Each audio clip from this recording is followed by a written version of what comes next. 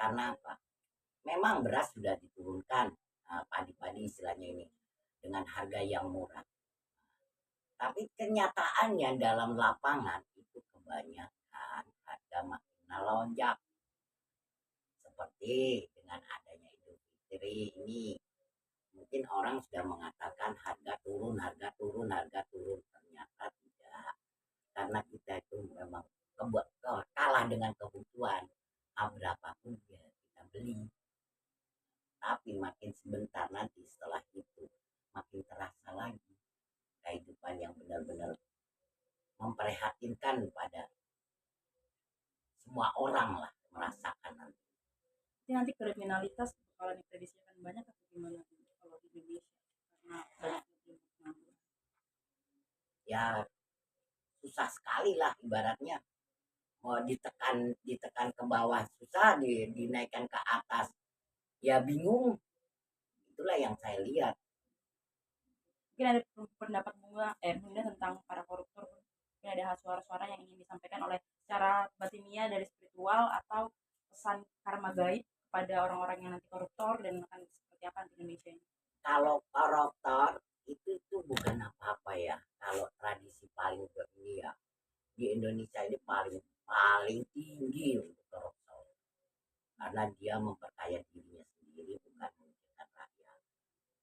Nah, itu yang Bunda ini kan, tapi yang paling yang akan mendapatkan karmanya. Karma yang seperti apa? Mungkin ada pesan alam untuk Kalau Bunda melihat itu akan mendapatkan musibah penyakit yang berlebihan pada kadar-kadar semua orang-orang kadar-kadar itu beratnya berkoruptor memakan duit yang tidak baik yang menyusahkan rakyat ataupun orang kecil itu akan mengakibatkan dia tidak ketangkep pun juga tetap saja yang paling berbahaya dia akan mendapatkan karma musibah dengan penyakit itu yang tidak ingatkan bagi koruptor itu. Penyakit secara fisik atau Satu penyakit yang paling dia serang nantinya ujung-ujungnya itu pasti dari jantung, ginjal dan darah.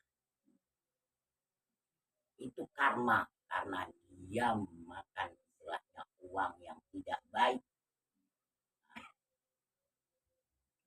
Manusia itu hanya itu karena hati, iman, pikiran yang merupakan keserakahan akan menimbulkan bahaya penyakit. Dunia cuma sesaat, tapi di sana di hukumnya bukan kecil-kecilan. Sama yang maha kuasa dia tidak. Bun, gimana Bun pendapat Bunda tentang revisi UU TNI Bun sama polisi? Katanya dia juga mau ada dua fungsi lagi. Nah, kira-kira apakah nanti ini akan menghambat apa ya? Apa sih harapan rakyat kita, Bun?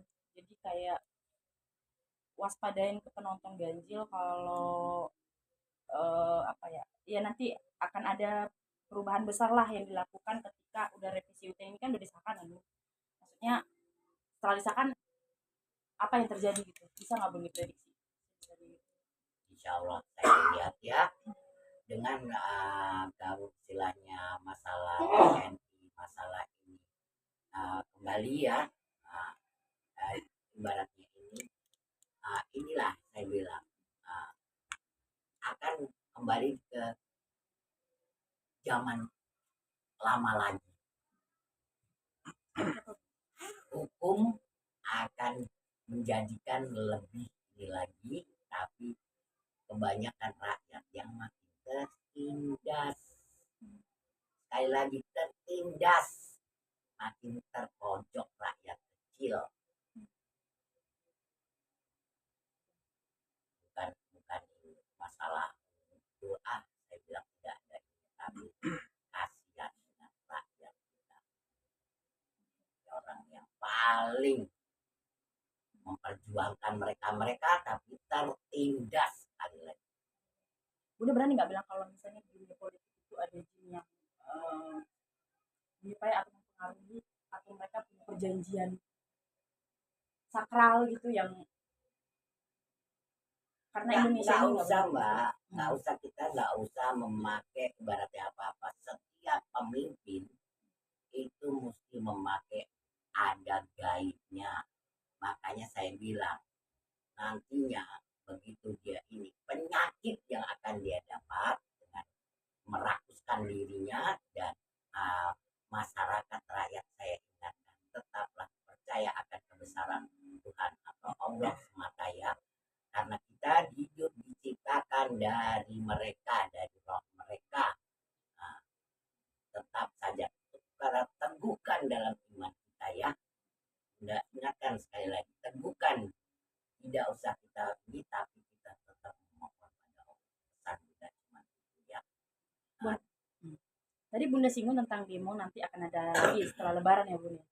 Mungkin demonya itu seperti apa dan mungkin demonya ini setelah Lebaran itu akan lebih ini lagi nggak, lebih ramai lagi nggak? Akan lebih ramai dan akan banyak korban.